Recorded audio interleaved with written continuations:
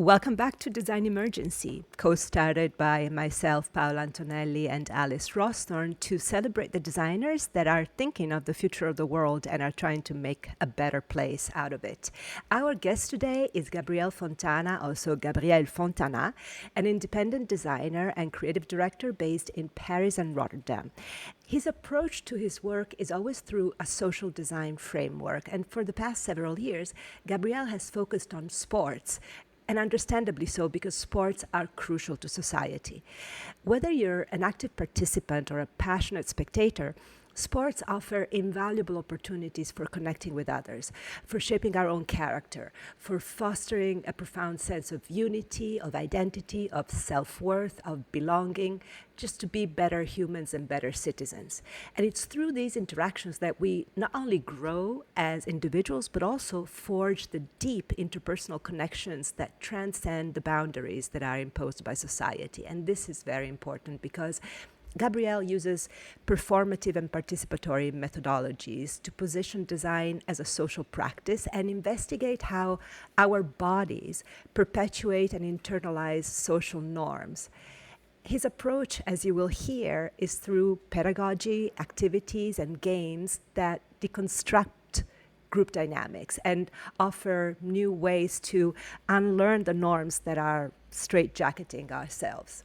So for today, let's focus on players and let's focus on Gabriel, although the nuances of spectatorship and fandom are a whole universe that deserves exploration, maybe next time. But so, welcome to Design Emergency, Gabriel.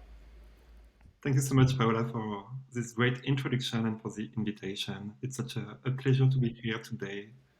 Well, and also, I want to tell you before we start anything, congratulations on being nominated Dutch Design of the Year in the Young Designer category. It's really great, great news. Thank you so much. Because people consider you a Dutch designer, but you're also French. But at this point, who cares, right? You're based in Paris and Yes, Rotterdam. Yeah. Mm-hmm. yes, exactly. And I've been developing my practice in the Netherlands for the past 5 years.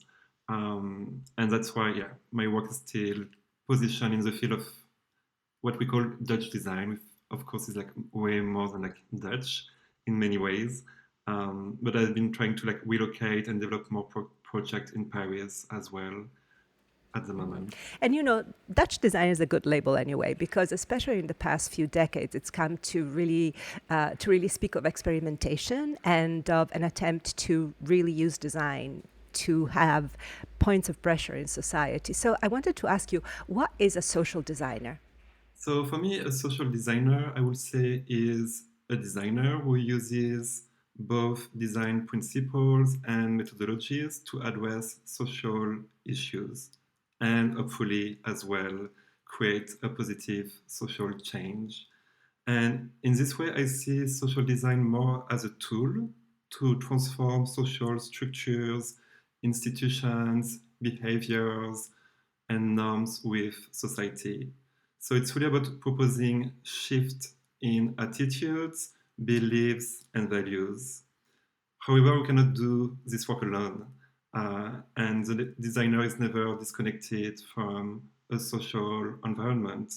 And therefore, we often see social designers working directly in collaboration with communities, different groups, and stakeholders. And so it's where also I like to think about social designers as connectors to facilitate exchange of knowledge and practices from different experts. And for me, it's really important for us also as designers to be able to embrace and to understand the social implication of what we design, because I believe nothing is neutral. We cannot separate our physical environment to a social world. And so for me, being a social designer, it's really being aware of these dynamics about how the environment that we design will always shape and have consequences on a social environment in this way. Your ambition is to change society for the better, and for the past few years has been to do so by changing sports, using all the design tools at your disposal, from actual objects to investigative practice to collaborative practice and system design to tackle the issue from many angles. But how did you come to focus on sports? So first of all, I think like sport is such actually a good example of social design because in a way we can really understand sport as an hyper design system. You know, when we look at sport practice, basically what we see is that there is a space that is designed, such as a sport field, in which people are interacting by using different objects such as sport equipment or balls, wearing some specific clothes as uniforms. And all these different design elements come to play a role in not only how we interact, but also like how we perceive and relate to each other. So coming from this social design perspective, for me, it was really interesting to approach sport from this lens. And also for the little story, my dad used to work as a sport teacher, which I think also shaped a lot my practice, but also my understanding of sport.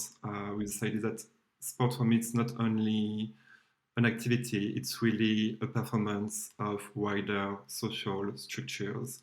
It's literally a metaphor for society in this way. I don't want to ask you too many questions, but I can talk about myself and then maybe you'll talk about yourself. For me, sports was always pain because when I was a kid, I was not necessarily the sporty kind. Let's put it that way. So any hour of physical education was torture. So that's why also what you do resonated with me a lot.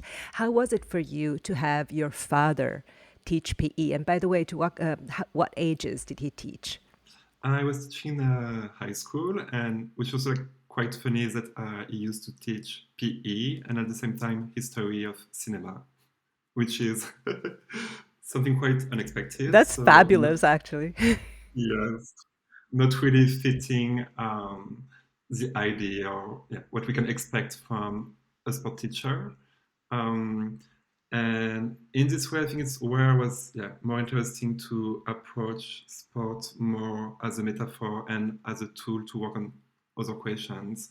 I mean, I was not a sport passionate when I was teenager. I was good at sport, but still, I think growing as a queer person also like developed a different understanding of how different bodies might experience sports spaces and practices in very different Yeah, ways. because you said that starting in school, right, in that PE class, the bodies that team up on the pitch, that's your words, are often categorized according to their physical attributes. So, Mhm. sex, age, strength, and other bodily capacities. I'm going to add also weight and looks. Yeah, that was me.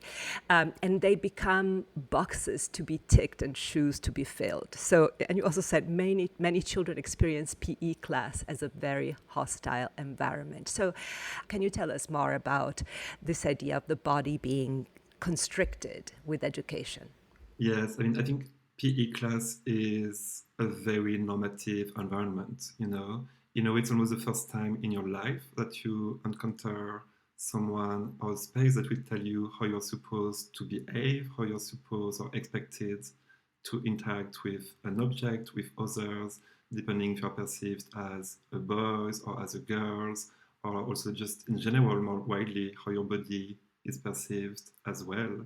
And indeed, when I started to work with primary and secondary schools and high schools in Rotterdam for my own research, what I realized is that a lot of kids still experience class as a very unsafe also environment.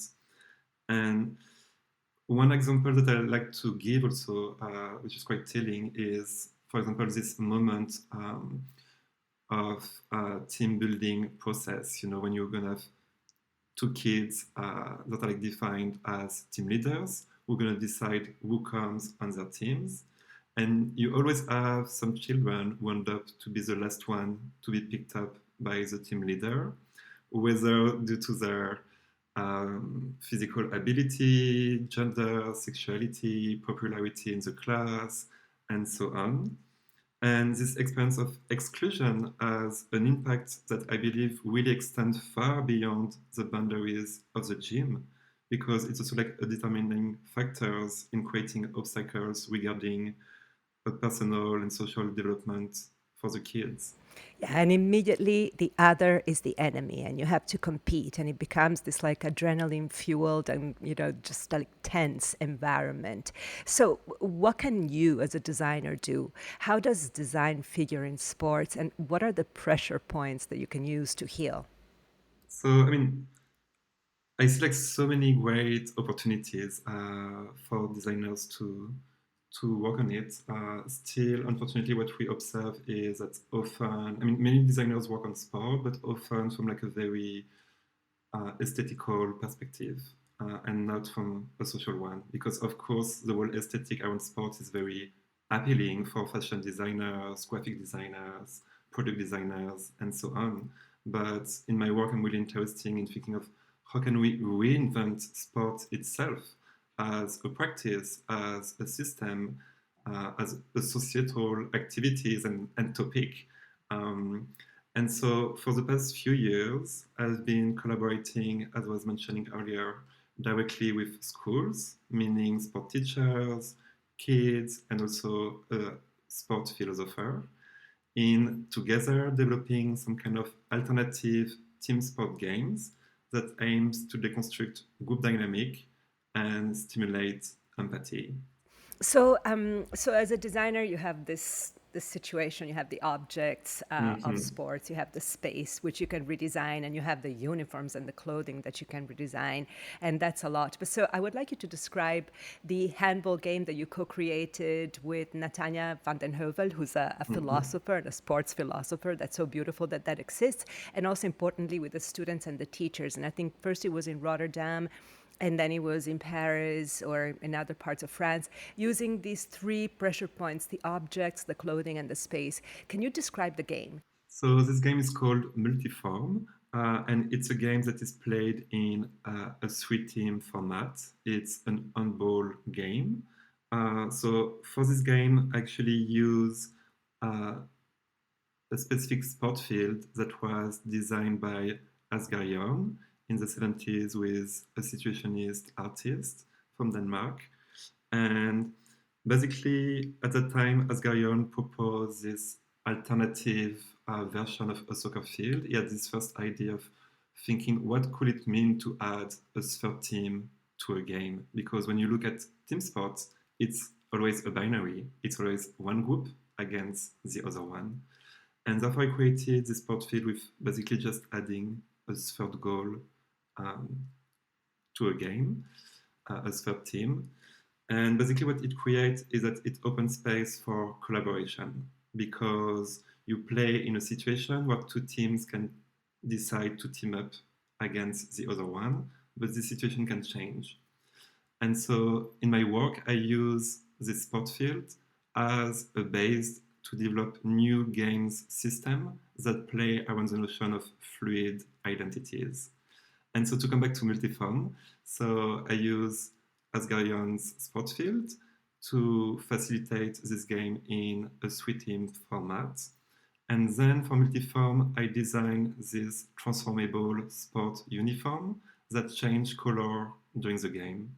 So this means that when people are playing through the games, they're going to start to transform their outfit, reverse the top part of the t-shirt, unfold some parts, Do they and each know how time. they're going to transform? Is it like a willful act, or is it ruled by chance? So it's the referee basically who choreograph and orchestrates the dance. So let's say like every 5 minutes, the referee is going to say transformation, and everyone will transform at the same time their outfit. So each time a new color appear on the clothes, all the players are relocated in a new team. And so by playing the games, the outfits start to become a real color patchwork, because the different color of the team start to overlap. It starts to become also confusing for players to understand in which team they are. And for me, it was also this idea of thinking of how could I use disorientation as a design strategy to force the players to collaborate during the games by doing what we usually understand as mistake, such as, for example, passing the ball to someone who is not in your team. But in this way, these team deconstructions, reconstructions also make the games more reflective because you constantly have to question yourself, okay, in which team do I belong to? And what is my role within this team? Absolutely. Yeah, and you have to focus, you have to remind yourself who the other players are, you have to adapt to Exactly. the other players' performance. That's so interesting. So, how did the school children react when they played the games that you developed with them? Did you notice any differences in their response compared to the adults? Definitely. I developed this game and I keep on facilitating workshops and games with like various different like age groups. And for me, it's always very interesting indeed to see the difference between the reactions of kids or adults. For example, first of all, when I play with adults, it always takes ages before to start because adults really want to make sure that they understood the rules correctly, and there's always some fear before like starting something new. Where with the kids, I just throw the ball and they learn by doing it. So there's not many questions in this way. But also, I noticed it that adults get way more confused, disoriented by this constant change of themes and color also with the outfits, where actually for the kids it's very easy to play the games. And it's quite interesting because before I started to work with the schools, I had the assumptions that the game will be too complicated for kids. Because first I started with adults, which actually was the other way around. Yeah, it speaks to the fact that these norms of societies become more and more ingrained as you age. So it's quite fascinating, you know. So how can we start to recondition our bodies through sports? As you said, to override the movements and gestures that serve to reproduce the old colonial, racist, patriarchal, heteronormative, and misogynist society. These are your words and they're perfect. I'm going to tattoo them on myself. So how do we do it? I mean, before like how we do it, also like just to respond to this word and like why I'm using them is also because like when we look at sport, what we see that sport is such an old social practice. Like if we look at history, what we see is that sport never really evolved um, since the first modern Olympic Games in 1894, and therefore my work really starts from this idea that like all these like traditional team sport games we play still carry very conservative values of this very old time. So there's a bit this question of like, first of all, why are we still playing the same game?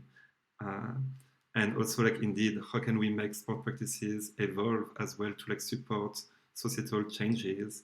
And so my way to do it is to think of how can we bring back some complexity to sport games that tend to like oversimplify our perceptions, understanding of the world, and also like how can we bring some fluidity. So in all the games that I develop, I play around this notion of like fluid identities. So for example, in multiform, this is manifested through this situation where like players are like invited to change teams during the games. I have some other games that play on the notion of anonymity, where like from the beginning of the games, people don't know in which team they are. So by playing, they have to like basically it's a game of observation. They need to like observe where other people attack, defend to understand who's in their group. And I like to create this fluidity and confusion, disorientation, also because I believe that it's in this moment of not knowing and of feeling a bit lost that new relationship, new connections, new thoughts might emerge as well. But also in the way of like how it makes the game more reflective and not only a physical activity.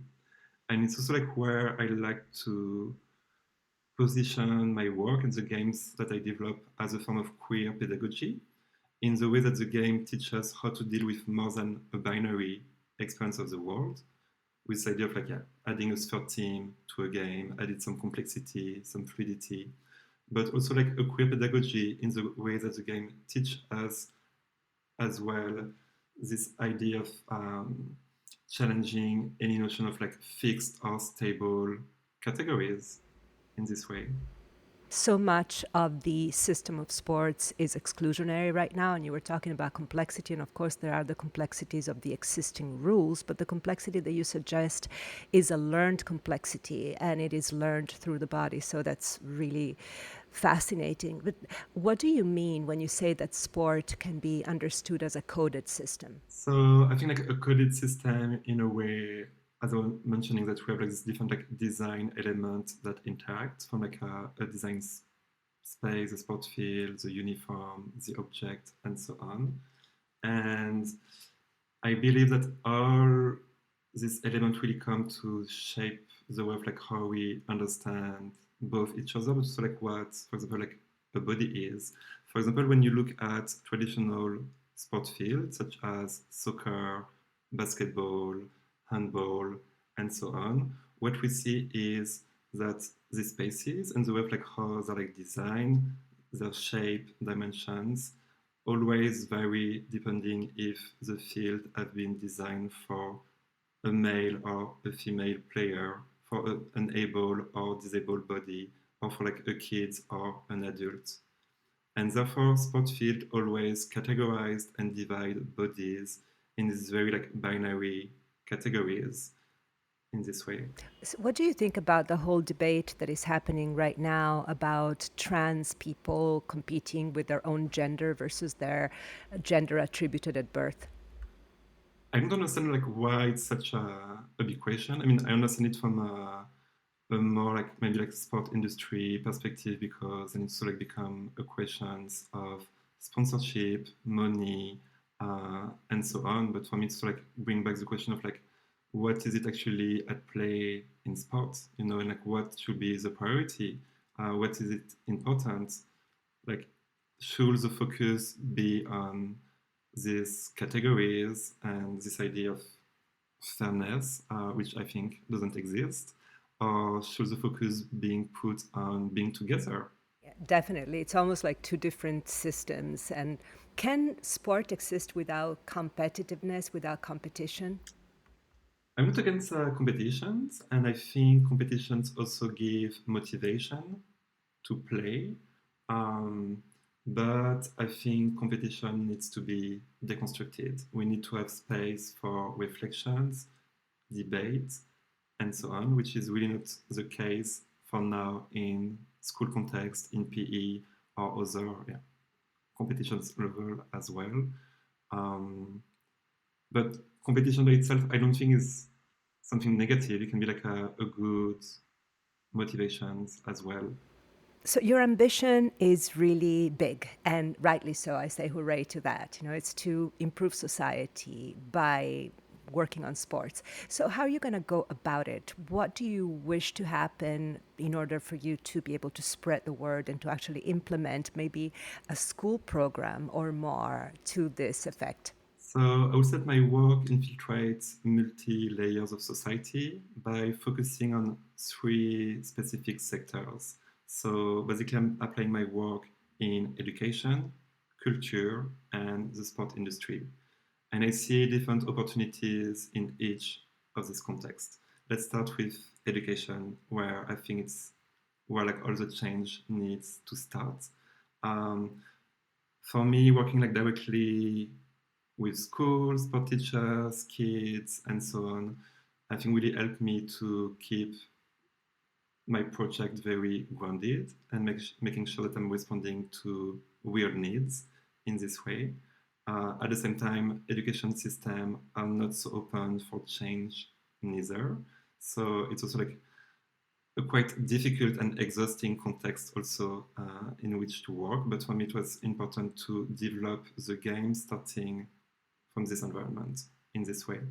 And then I see the cultural sector as a great space for developing new ideas, also as a space for debate, reflections, and so on. So for the past few years, I also started to organize queer sports tournament with cultural institutions. For example, like last December, I had a big show in Amsterdam where we launched this like huge alternative sport tournaments in parallel to the World Cup with this idea of thinking how could we reclaim mainstream sport event as a space to host queer future? And so basically, when my work is applied in museums or like cultural institutions, basically I'm just like taking over the space, transforming it into a gym. We invite different audiences from like schools, organizations, other like cultural institutions to come to play the games. Um, and it's great. But in this context is, as I see, like, yeah, more like a space for like developing new ideas and a space where we can like, yeah, more like discuss and reflect. Are you going to do anything for the Paris Olympics? Yes, I'm looking at it now, and I'm like in contact with they have like a whole department working on like different questions related to like inclusivity. So now I'm like, yeah, exploring this idea of giving some like workshops or like talks in this context. It's a great opportunity. I hope you'll take it. Definitely, indeed, like this like very big sport event, and also like just the sport industry in general. I think it's also like a great context in terms of the huge range they have in terms of like outreach. Because when you work with schools or even like with museum, it's always very limited in terms of like the audience that you can reach. And I think like the sport industry has the power also to set up new societal trends as well, and to promote a new social narrative around sports that can go way beyond school context, museums, and so on. They really do. And I'm glad that they took notice of you. I don't know how much you can say, but they did. And it's fantastic. So I Yeah, really hope to see your world expanding and your work touching many more souls and bodies. So I want to thank you for this great conversation. Today we have been speaking with Gabriel Fontana, who is a social designer focused on sports as a tool, as a design tool to change society from within in a systemic way. So Gabriel, thank you so much for being with us today. thank you so much, Paola, for the invitation. And to all of you, I really look forward to having you again on this episode and on the next episodes of Design Emergency. Thank you so much.